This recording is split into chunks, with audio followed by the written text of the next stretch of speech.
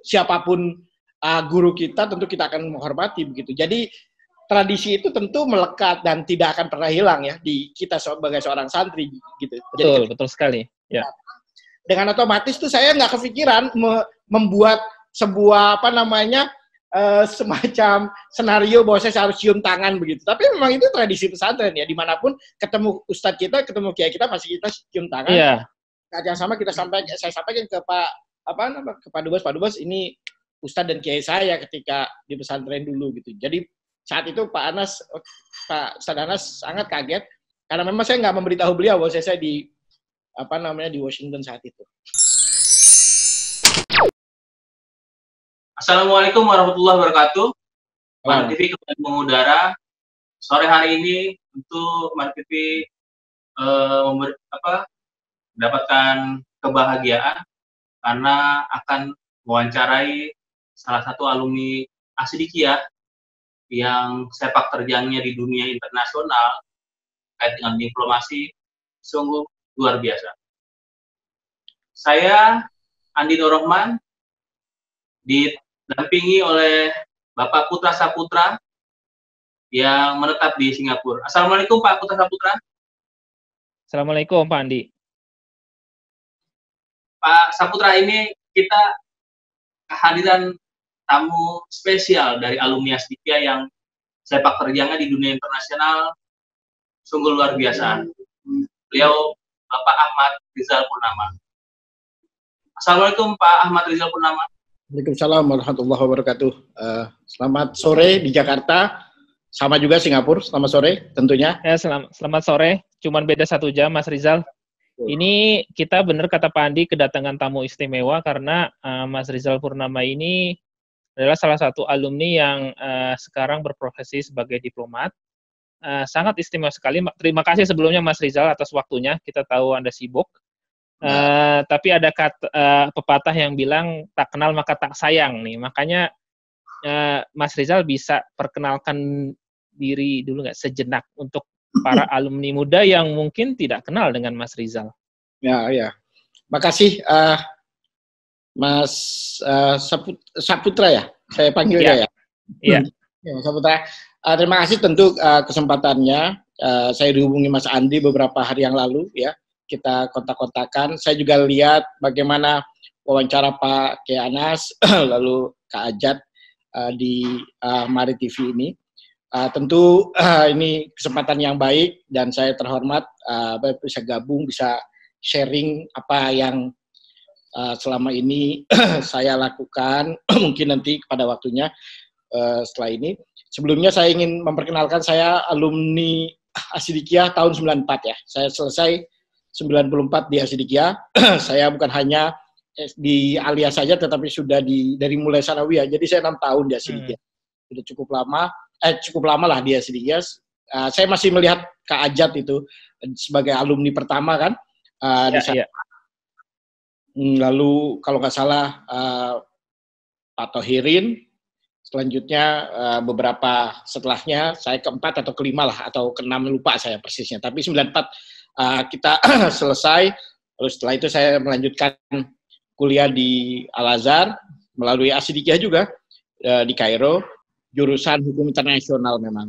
Jadi memang agak berbeda dengan teman-teman yang lain. Biasanya teman-teman yang lain kalau ke Al-Azhar banyak mengambil jurusan yang sifatnya agama.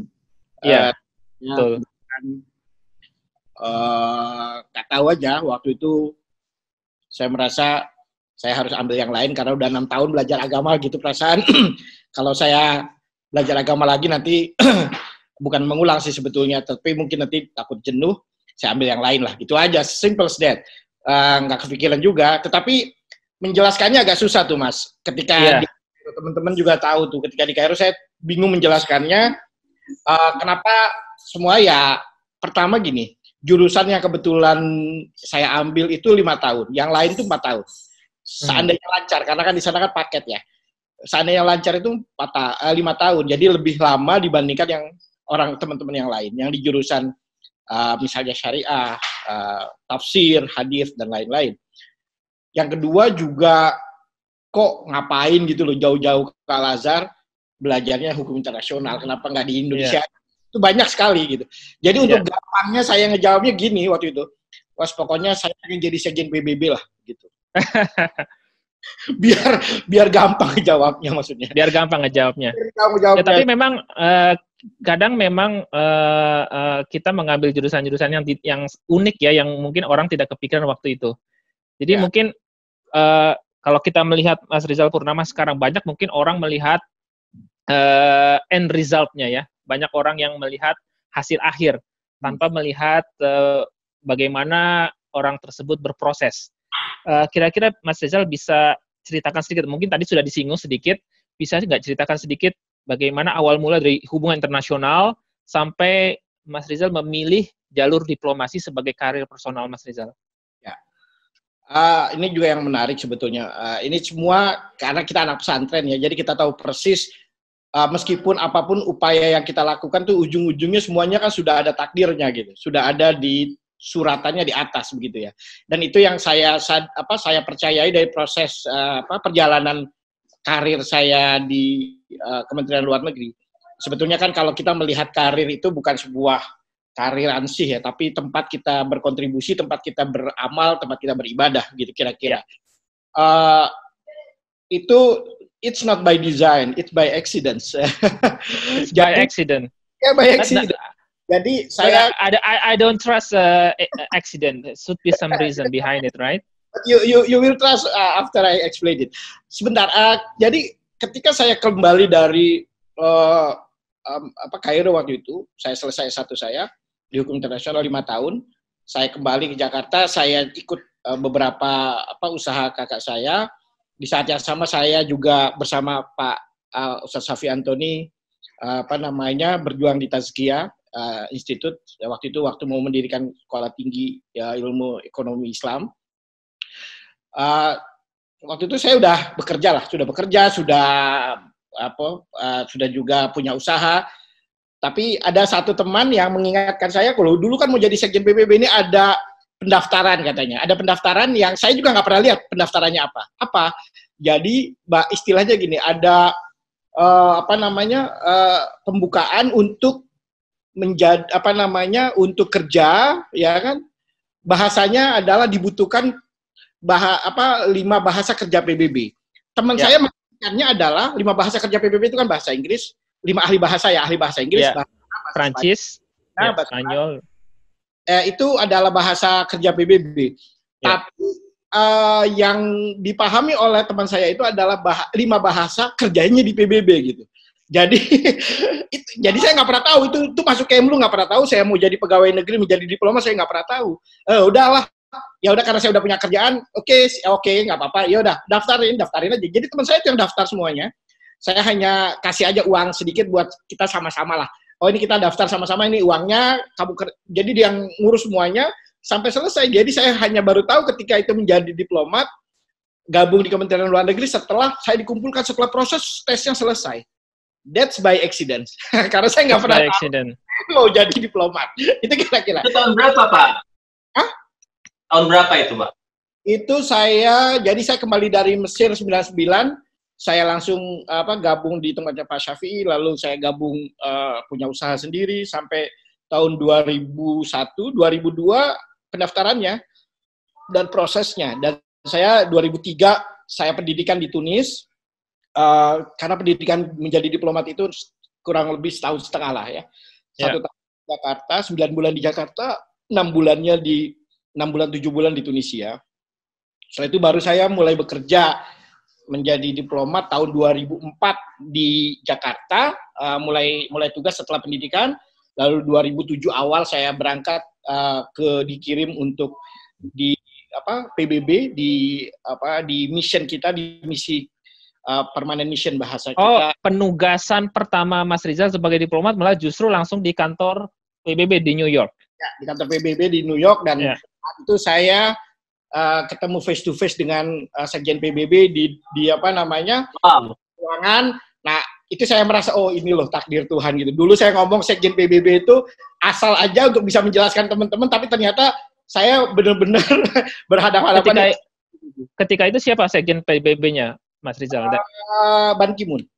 Ban Ki-moon yang dari Korea ya. Ya. Ya. Oke, nanti kita ngobrol lagi tentang pengalaman Mas Rizal di selama menjalani misi diplomasi di berbagai negara. Tapi kalau saya ingin bertanya ya, if I give you a time machine and you can reverse the clock and then you can get back to the past, if you are able to do something different, if you could have chosen different thing, nyesel nggak pernah nyantri di Asidika, atau mungkin bisa memilih jalur hidup yang lain, atau mungkin memilih pendidikan yang lain? Buat saya, pendidikan saya di pesantren pun, kalau mungkin Pak Kiai Nur tahu persis, karena waktu awal saya tidak direstui untuk belajar di Asidikiah murni gitu. Saya jadi sekolahnya SMP waktu itu di luar, dan malamnya pesantren untuk belajar ngaji di Asidikiah. Saya putuskan waktu itu saya mau belajar full di Asidikiah di pesantren, bertolak belakang dengan keinginan orang tua saya saat itu almarhum.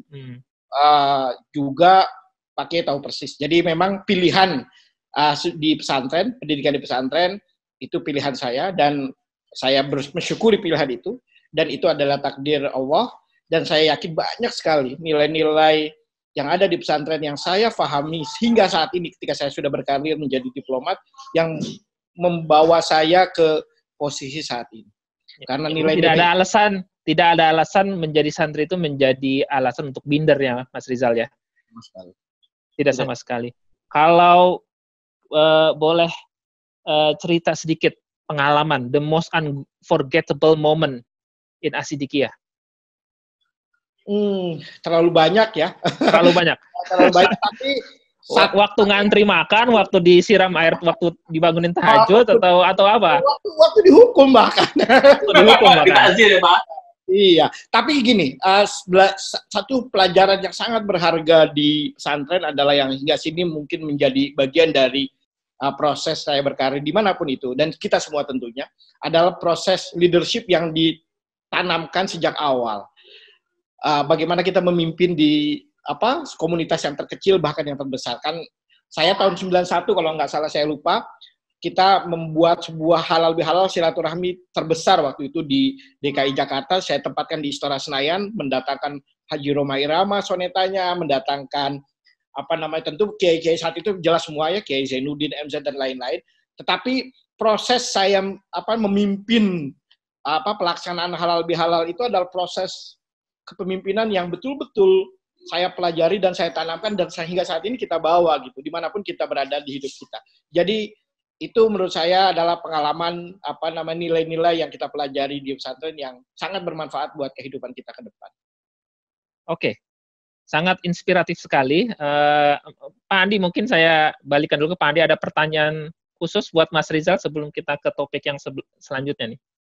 Kalau dari wawancara sebelumnya kan Ustadz Kiai Anas Tahir kan menyampaikan, saya ketemu alumni Asidikiah di Amerika dan dia cium tangan dengan saya. Itu bisa diceritakan nggak tuh? Sampai excitednya gitu, Pak Ahmad Rizal Purnama. Ya, saya 2 kali penugasan di Amerika kebetulan, dua-duanya. Pertama di New York di misi PBB, misi Indonesia di PBB. Yang kedua di Washington DC, di kedutaan kita di Washington DC di Amerika. Jadi dua-duanya di Amerika. Yang pertama saya ketemu Ustadz Abdul Khalik di waktu di New York. Saya berkesempatan bertemu dengan beliau dan akhirnya ketemu walaupun nggak lama karena beliau harus jalan lagi ke mana. Yang kedua dengan Ustadz Anas.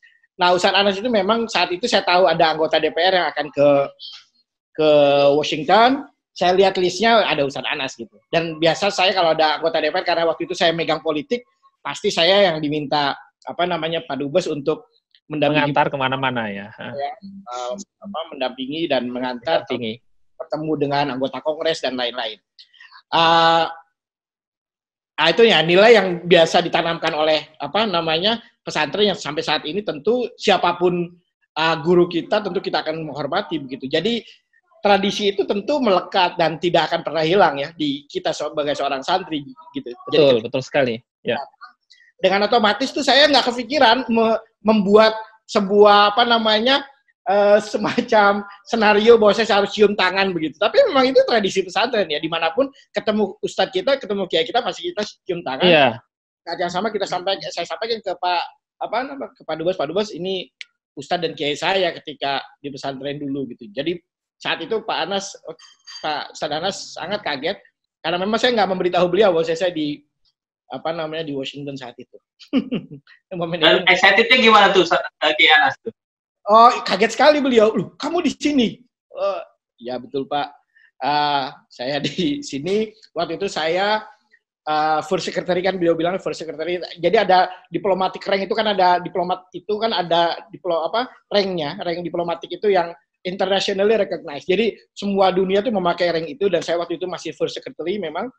Penempatan kedua saya dan saya kenalkan dan beliau kaget, kamu di sini, kok nggak bilang saya apa segala macam. Iya Pak, ya Ustaz, saya di sini kebetulan, alhamdulillah. Udah cerita habis itu. Ya, tapi itu menjadi salah satu cerita yang sangat menarik ya, mungkin karena di satu sisi mungkin sangat sedikit santri yang berprofesi sebagai diplomat. Nah ini sekarang saya ingin menuju ke pertanyaan selanjutnya nih Mas Rizal. Rizal Purnama sebagai seorang diplomat, ya diplomat sebagai ASN juga ya, karena sebagai abdi negara. Dulu kita punya diplomat-diplomat yang sangat ulung, kayak seperti Haji Agus Salim, Muhammad Hatta, Syahrir, itu sangat ulung dalam sangat menurut saya krusial dalam masa-masa awal kemerdekaan, karena mereka itu adalah diplomat yang sangat lihai sekali.